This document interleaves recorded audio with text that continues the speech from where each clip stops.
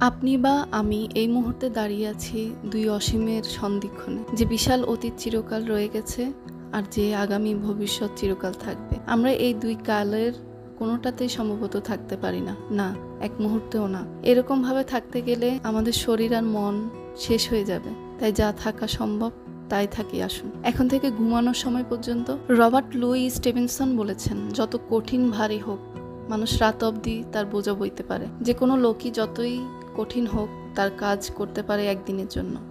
যে কোনো মানুষ আনন্দে ধৈর্য নিয়ে সুন্দরভাবে সূর্যাস্ত পর্যন্ত বেঁচে থাকতে পারে।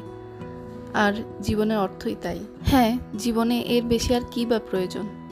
বুদ্ধিমান মানুষের কাছে প্রতিটি দিনই নতুন জীবন। আজ এক নতুন জীবন। আমাদের বর্তমান জীবনের সবচেয়ে ভয়ঙ্কর ব্যাপার হলো আমাদের হাসপাতালের প্রায় অর্ধেক বেডই মানসিক আর স্নায়বিক রোগীতে পূর্ণ, যারা অতীত আর আগামী চিন্তায় ভারাক্রান্ত হয়ে ভেঙে পড়ে।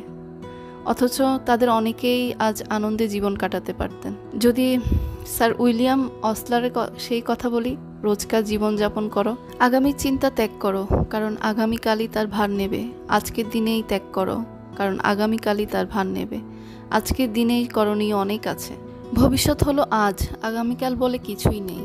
তবু আমি একটা শিক্ষা পেয়েছি, আর দুশ্চিন্তা নয়, অতীত নিয়ে ভাবনা নয়, যা গেছে তার জন্য দুঃখ একেবারে নয়, ভবিষ্যৎ নিয়েও কোনো আতঙ্ক নয়। আজকের দিন আর আসবে না। জীবন দ্রুত এগিয়ে চলছে অসম্ভব গতিতে, প্রতি সেকেন্ডে প্রায় 19 মাইল।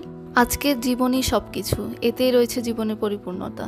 কারণ গতকাল তো শুধু স্বপ্ন, আর আগামীকাল সে তো কল্পনা। শুধু আজকের মধ্যেই রয়েছে বেঁচে থাকার আনন্দ।